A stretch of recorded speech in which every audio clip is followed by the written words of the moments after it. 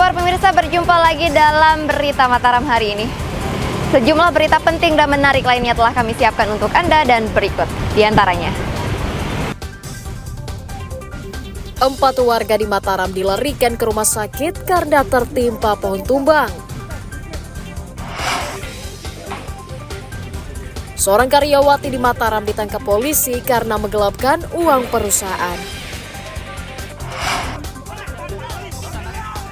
Simpatisan caleg menuntut penghitungan ulang rekapitulasi suara tingkat kecamatan di Lombok Barat ricuh. Bersama saya Rahayu Japar, inilah Berita Mataram selengkapnya.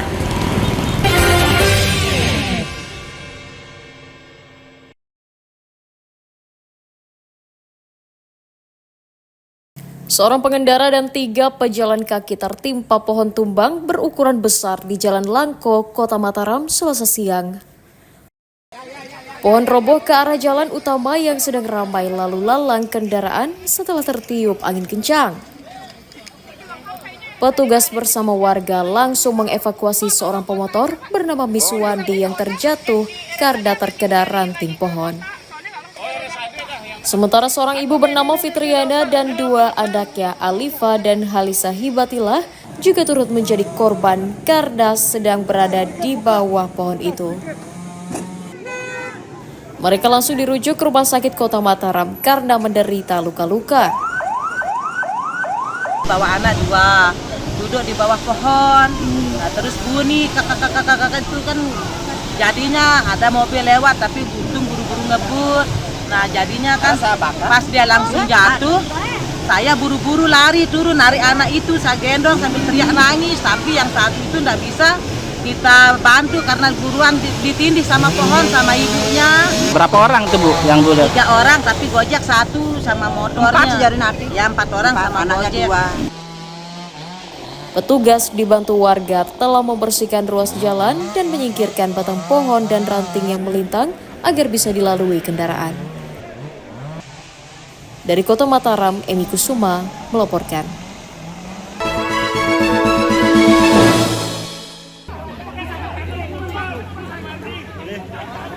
Puluhan warga mendatangi tempat pemungutan suara di Kecamatan Lembar, Kabupaten Lombok Barat, menuntut penghitungan dihentikan Selasa siang. Masa yang diduga merupakan simpatisan salah seorang calon legislator memaksa masuk ke lokasi penghitungan. Mereka menuntut panitia menghitung surat suara di sejumlah TPS yang dituding ada indikasi kecurangan.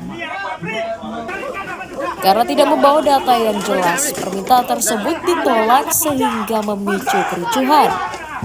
Salah seorang bahkan melempar kursi ke area penghitungan suara dan berusaha menyerang petugas, namun dicegah polisi.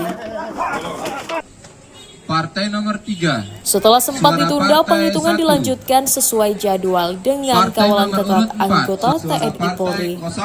Urut 1, 0, urut. Melihat ada sedikit riak-riak, namun sudah kita sampaikan bahwa rapat pleno ini masih tetap dan harus tetap berjalan. Artinya dari jadwal yang sudah ditentukan, kegiatan rapat pleno ini tidak dapat di stop kecuali ada instruksi terpusat. Untuk sampai dengan saat ini situasi masih aman terkendali. Kita sama-sama menjaga. Kami dari pihak kepolisian tentunya tetap mengawal daripada kegiatan. Terkait persoalan ini sebenarnya tadi warga yang datang itu apa yang dipersoalkan, Pak? Itu hanya masih dalam isu-isu bahwa ada isu pengkondisian suara di beberapa TPS. Tapi itu masih hanya dalam ranah isu saja. Dan kami mencoba untuk menyandikan data. Sampai saat ini belum ada data yang membuktikan bahwa itu memang benar adanya. Sesuai dengan yang dipersoalkan. Sesuai dengan yang dipersoalkan. Partai nomor urut 8. PPK menjamin rekapitulasi surat suara berlangsung terbuka dan bisa disaksikan masyarakat sebagai upaya mewujudkan pemilu yang jujur dan bermartabat.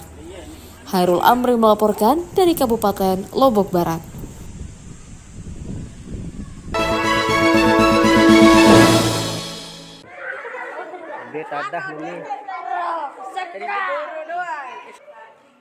Seorang calon legislator Provinsi Nusa Tenggara Barat mengambil kembali bantuan semen yang disumbangkan ke sebuah masjid di Desa Selebung, Kecamatan Batu Kliang, Lombok Tengah. Bantuan diambil oleh tim suksesnya karena tidak mendapatkan suara satupun di wilayah tersebut. Kepala dusun menuturkan pemberian sumbangan atas inisiatif sang caleg tanpa diminta oleh warga. Sang caleg menyumbangkan 30 sak semen sebelum digelarnya pemungutan suara. Di malam ada tim ses dari salah satu calon legislatif yang datang menuntut semennya supaya dikembalikan. Atas dasar memang kekurangan suara yang ada di dusun kami. Suaminya datang ke rumah untuk menyampaikan bahwa mboknya mau nyalon, kakaknya mau nyalon, dia bilang, tolong ke sana minta apapun yang dibutuhkan di masjid. Nah, tapi beberapa minggu waktu itu tidak pernah kita ke sana, tidak pernah ke sana. Akhirnya ditelepon lagi, ayo datang katanya. Akhirnya kami datang ke sana untuk silaturahmi saja. Kita tidak pernah ungkap semen atau segala macam. Sang caleg membantah menarik sumbangan karena alasan tidak mendapatkan suara. Namun justru kepala dusun yang meminta bantuan tersebut diambil karena tidak bisa memberikan suara sesuai kesepakatan. Caleg sebenarnya ingin membagikan semen tersebut ke warga, namun seluruhnya kemudian diserahkan ke masjid. Ketika tidak ada itikat baik dari Pak Kadus ya sebagai tim di sana sama ketua panitia mungkin di sana, tidak ada itikat baik untuk mengebel atau untuk me-WA, chat bahwa suara di Selebung seperti ini tidak ada gitu, sehingga tim-tim ini bertanya. Begitu bertanya tim-tim ini sehingga klarifikasilah ke Pak Kadusnya. Begitu ke Pak Kadusnya kirim WA, oh silakan Bob datang saja. Suruh tim-timnya datang, kami sudah menunggu sama masyarakat. Ratna mengaku pasrah menerima hasil pemilihan dan mengikhlaskan semen yang disumbangkan tidak diambil seluruhnya. Lukmanul Hakim melaporkan dari Kabupaten Lombok Tengah.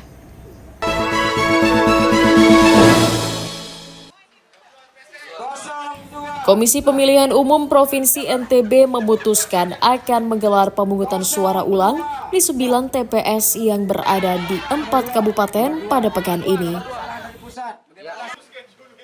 Pemilu ulang akan digelar di Kabupaten Lombok Timur, Lombok Utara, Dompu, dan Sumbawa. Hal itu dilakukan atas laporan temuan pengawas pemilu karena penyelenggara memberikan hak memilih kepada warga di luar DPT dengan hanya menggunakan KTP. Pemungutan suara ulang akan digelar mulai tanggal 21 hingga 24 Februari dengan diawasi Badan Pengawas Pemilu dan saksi parpol. KPU menegaskan suara warga yang berasal dari luar desa atau domisili dinyatakan tidak sah karena pemindahan lokasi pencoblosan harusnya diajukan dengan mengisi surat C5. Ada 4 kabupaten kota yang melakukan PSU, yaitu Dompu, Lombok Utara, Lombok Timur, dan Sumbawa. Nah, kalau di Dompu itu di Kecamatan Pekat. Nah, sementara untuk Kabupaten Bima yang memang potensi PSU-nya paling tinggi, itu sampai sekarang belum ada SK-nya. Dari 34 TPS yang akan melaksanakan PSU, setelah dilakukan pencermatan itu kemungkinan besar akan bisa dilaksanakan di 32 TPS. Bawaslu juga telah merekomendasikan 32 TPS di Kecamatan Parado untuk menggelar pemungutan suara ulang karena terjadi kekacauan dan pembakaran surat suara. Dari Kota Mataram, Emi Kusuma melaporkan.